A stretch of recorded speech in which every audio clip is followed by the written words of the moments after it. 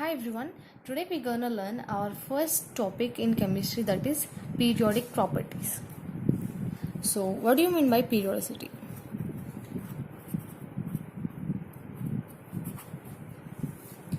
Actually, periodicity means when the elements are arranged in the increasing order of atomic number, the elements with the similar properties reoccur. That is, in a group, in a periodic table across the group, the similarities occur between the elements. That is called periodicity. So some of the properties which mainly depend on the electronic configuration of elements are like valency and effective nuclear charge,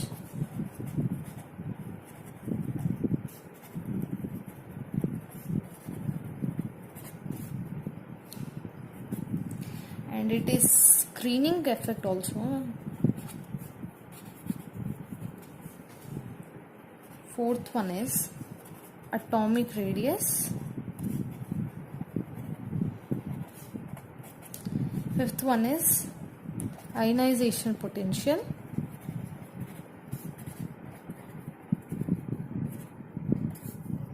Sixth one is electronic affinity.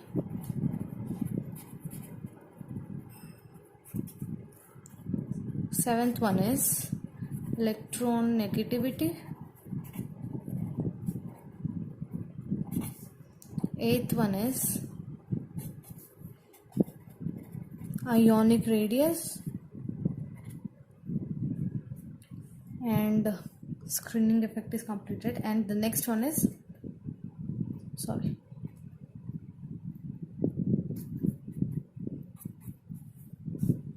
metallic nature.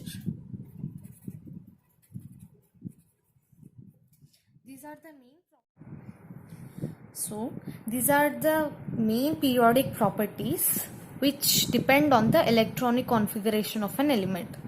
So the first and foremost important periodic property is atomic radius. So what is atomic radius actually? The distance between the nucleus and the valence electron is called atomic radius. So there are many variations in groups and periods about the atomic radius also. Now let's learn about it. Here is the periodic table, and these are called the groups, and these are called the periods. So down the group, actually the number of orbital increases, so the atomic radius also increases. But across a period, what happens is the nuclear charge, the force of attraction towards the nucleus is more. So the orbitals are easily attracted towards the nucleus. That's the reason why across a period the atomic radius decreases. So we can tell like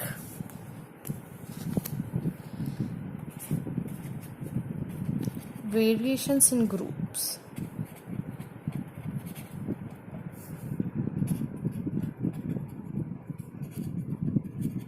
Atomic radius increases as we move down the group.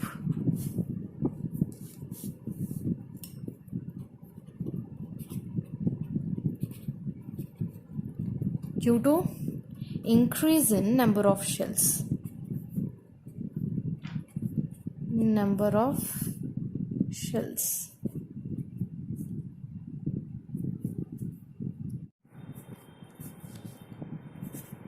Variations in periods.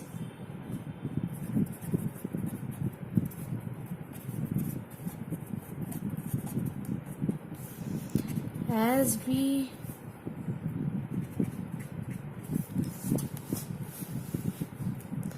we move across the period,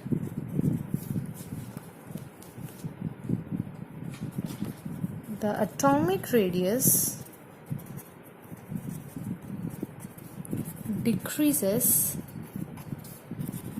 due to increase in nuclear charge.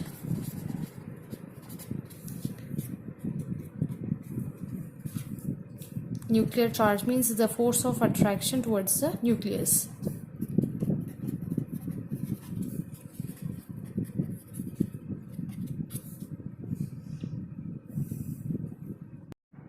So now let's take a small example and see how the atomic radius increases. So in the first period,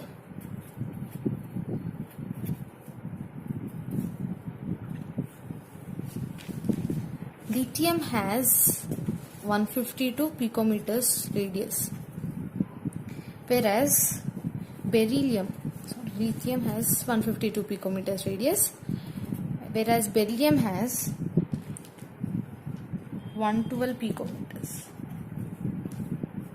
and boron has 85 picometers. These are the variations in period. But in a group, lithium has 152 picometers and sodium has 227 picometers, whereas potassium has 280 picometers. These are the variations in groups. Here in the atomic radius, we have three different types, that is crystal radius, van der Waals radius and covalent radius. The first type of radius is covalent radius. Actually, this covalent radius is the half of the intermolecular distance between the covalently bonded atoms. Covalent radius is half of the intermolecular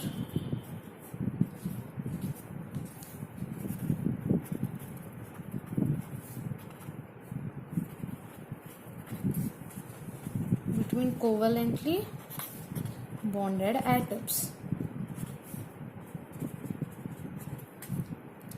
Generally, covalent bond, it is generally referred for the nonmetals, the bond formed between the nonmetals. So if we take Cl2 molecule, the covalent bond is like this. This is the center, which is nucleus. So the distance between the two nucleus is called bond length.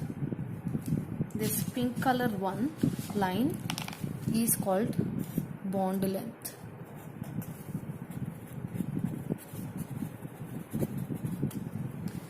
So bond length is nothing but the intermolecular distance between the covalently bonded atoms. So what you can see is half of this, exactly half of this, which is, this is called covalent radius.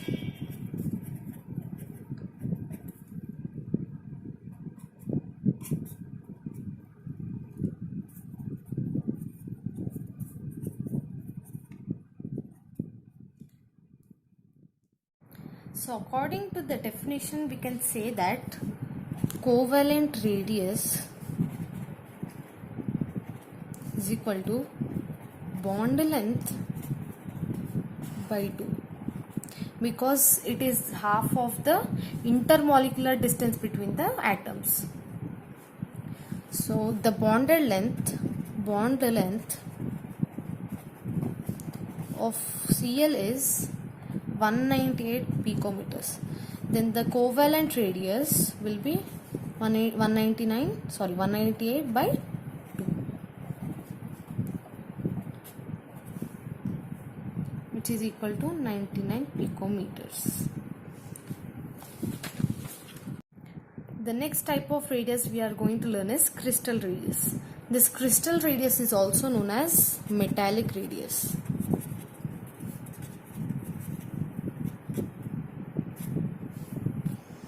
Crystal radius is nothing but the half of the internuclear distance between the adjacent atoms of solid metallic crystals.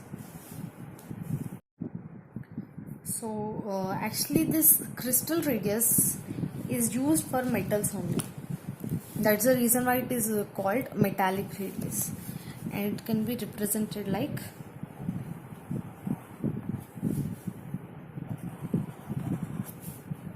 these are the atoms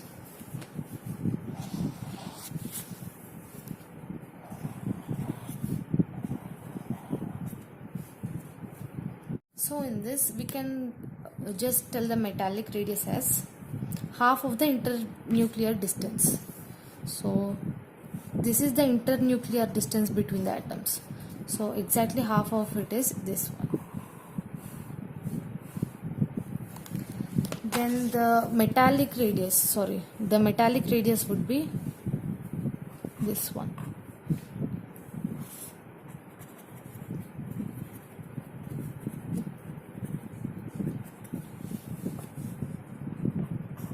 This one also is called metallic radius.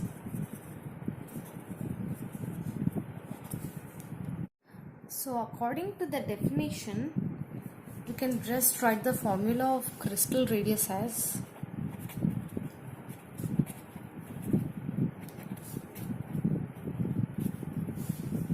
internuclear distance, which is bond length between internuclear distance between atoms divided by 2. So if we take one example like copper, the bond length of copper is 256 picometers. So its crystal radius will be 256 by 2, which is 128 picometers. The last type of atomic radius is van der Waals radius. This van der Waals radius is the half of the internuclear distance between two atoms of different molecules which are very close in the only solid state. So just we can write the definition as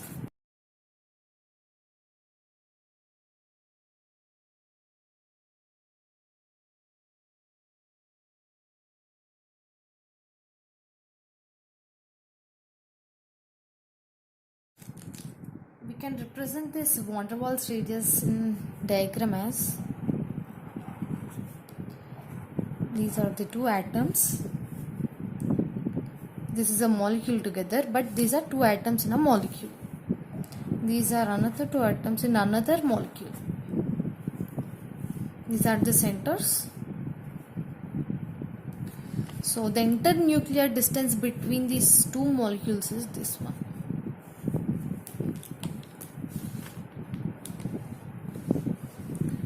So exactly half of this internuclear distance, which is like this, we draw. Then the van der Waals radius would be this.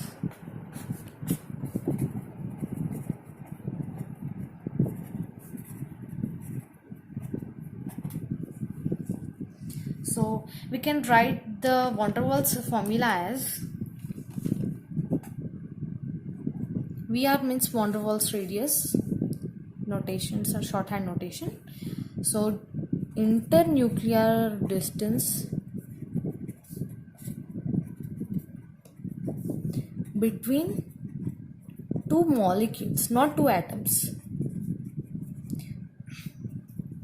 by 2. And remember that the internuclear distance between two molecules is different than the internuclear distance between two atoms. Internuclear distance between two atoms is this one, whereas the internuclear distance between two molecules is this one. The most important point of this van der Waals radius is it is used for the molecular substance which are in solid state only, and it is not applicable for liquid states and gaseous states. And actually this van der Waals radius are used for calculating the radius of this inert gases, and this inert gases are first converted into solid state and then their van der Waals radius is being calculated. So in the next video we're gonna learn the next property of an element. Till then, bye bye.